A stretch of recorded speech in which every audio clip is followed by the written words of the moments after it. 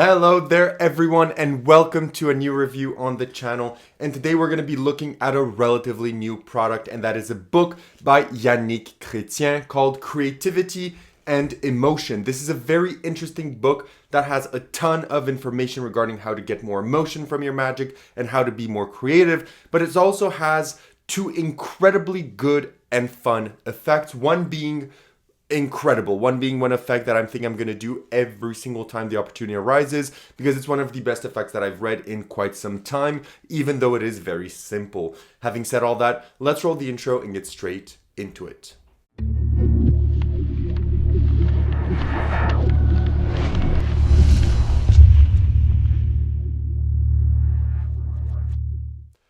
Perfect, so you decide to stick around, which means you want to learn more about Creativity and Emotion by Yannick Chretien. So what is this? This is essentially a very small PDF book that will go over how to make your magic more creative and emotional. But it's also a book that has two very fun effects, and I'm going to be performing one of them for you, the one that I can perform, because the other one that I really love can't be performed in this type of scenario, and we're going to talk about why in a moment. But I'm going to perform to you the very simple effect before going into the rest of the review. Again, it doesn't matter really how the card is selected. One card is selected by the spectator, just like that. It can be remembered, it can be signed. It really isn't an issue. So then the card is replaced, and then you go over your usual pattern, anything that you want. You can give everything here a shuffle. Then you say this. You say, what we're going to do is from the shuffle deck, I'm going to just do this.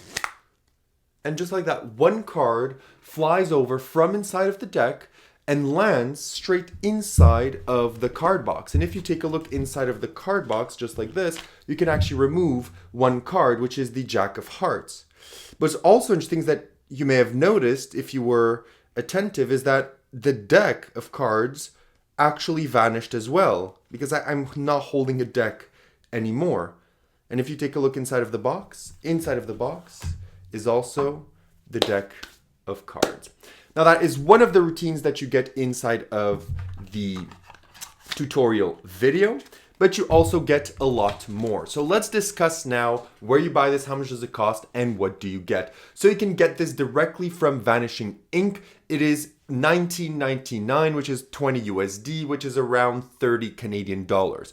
What you get with your purchase is a small PDF booklet that is around 50 pages long. Within those 50 pages, he's going to talk about how to be more creative.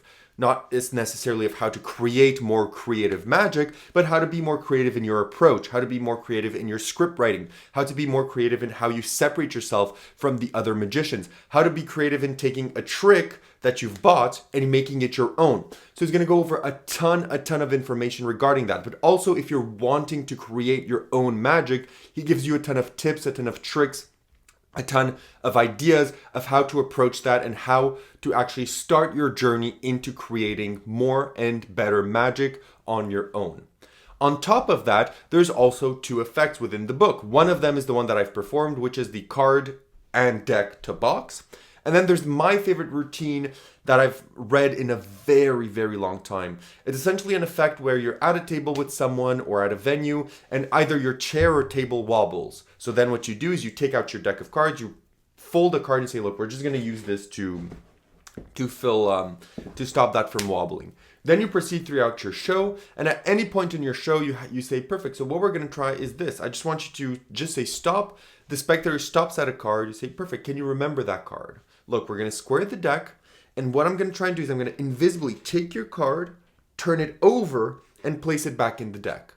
Now, keep in mind that the card that you placed, this is not part of the pattern, but keep in mind that the card that you placed under the chair was at the start of your show. So it's probably been 15, 20, 30 minutes.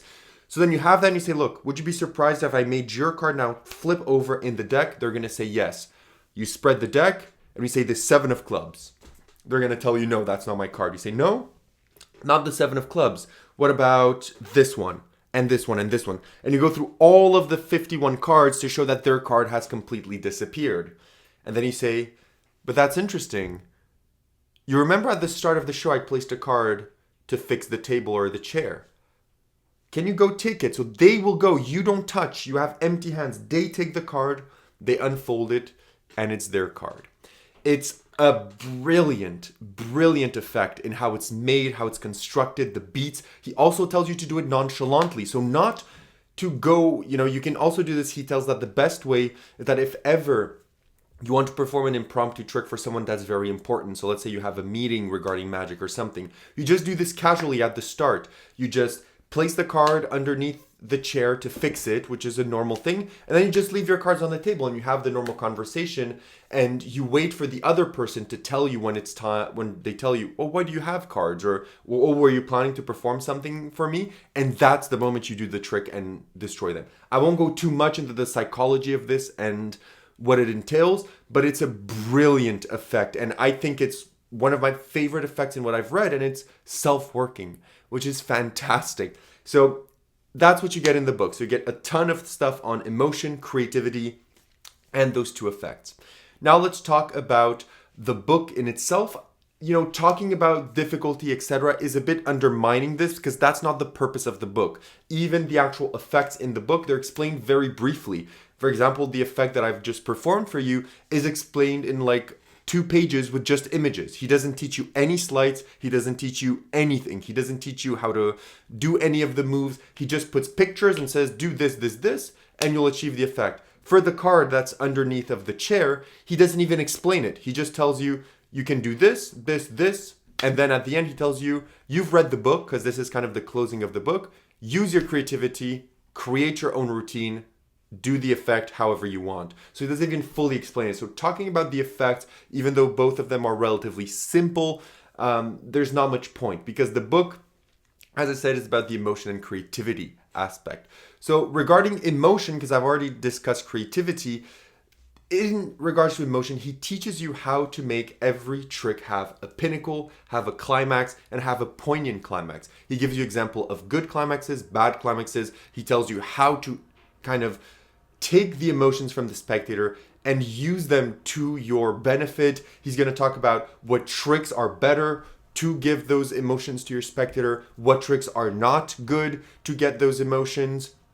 And he goes over a ton of stuff in that regard as well.